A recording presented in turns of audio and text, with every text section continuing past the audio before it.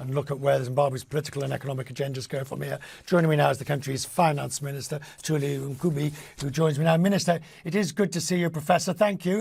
Let us jump. Good to see you, Richard. Let's get straight to this important point. The worsening situation economically as a result of COVID, the limited fiscal policy that you have and monetary policy, how bad do you think how much worse do you think it's going to get? The Zimbabwe situation is going the other way. Actually, it is the opposite of what you've just said. So basically, we are finding that we're able to balance the budget. That's what I've been doing in the last 2 years. Secondly, we have a strong economic recovery, where Zimbabwe will grow faster than its peers in the region and its peers in Africa. We have set aside a decent amount of resources to acquire vaccines. And in fact, in the next few weeks, we're going on a blitz to basically vaccinate people to the tune of 2.5 million people Minister, over the next few weeks. So it's the exact opposite. We are doing well indeed. No. Hang on a second, Minister. The World Bank says that the number of people in extreme poverty in Zimbabwe, more than half of Zimbabweans are in extreme poverty, is the latest statistics from the World Bank. Now, admittedly, many of them were already there, but you're painting a picture, a rosy picture, and I'm suggesting it's not that rosy. Well, the picture is never rosy, Richard. We're all reeling under the impact of the pandemic. But I can assure you that Zimbabwe is doing all it can to deal with the social impact of the pandemic. We have a very robust social protection program, which has various elements. First of all, there's the productive social protection element in the agricultural sector, where we give free inputs to citizens to farm, and they've done very well. They've produced about 1 million metric tons of maize and maize alone. We're also protecting the vulnerable rural areas through cash transfers and through free medication, and the vaccine is free. So we have a very robust social protection program that also includes, free schooling for vulnerable children. This is good. This is going very well indeed. Of course, we're doing this with the assistance of international partners as well. So something is being done, and we believe that we've had the best response to the pandemic so far, and our vaccination program is fairly robust and well run, in fact.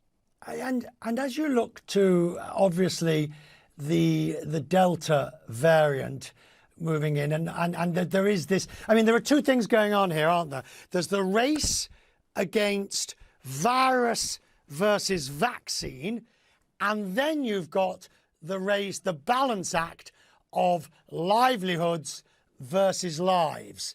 So where are you balancing? Where do you see Zimbabwe at the moment in both of those balancing acts? Richard, you're right that we have to balance every time the need to save lives and the need to save livelihoods.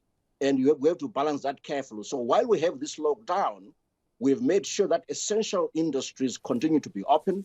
The private sector continues to function. Exports continue to be moved around to the rest of the world.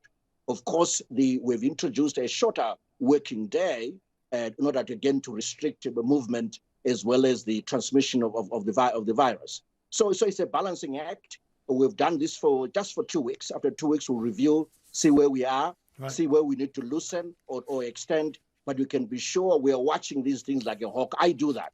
I know that an extended lockdown can reduce revenues and therefore, reduce our ability to respond to the pandemic in the first place. So we are balancing this very carefully, and I think we're in the right equilibrium. If you look to the future now, let's look beyond COVID.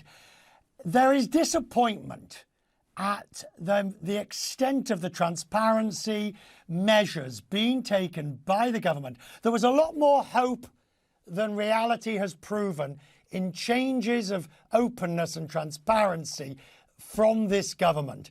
Are you going to do more to make Zimbabwe a more open and economy, a more transparent and anti-corruption economy? Zimbabwe is open for business. Zimbabwe is transparent, and it is obvious for all to see. And where is this optimism coming from? Just look at the latest IMF report. It will tell you that things are improving. We are managing public finances better. Again, we're looking towards balancing the budget as I did last year, with a current surplus. The exchange rate is stable. We have a very well-functioning monetary policy system, which coordinates very well with the fiscal side of things. So the economy is very stable.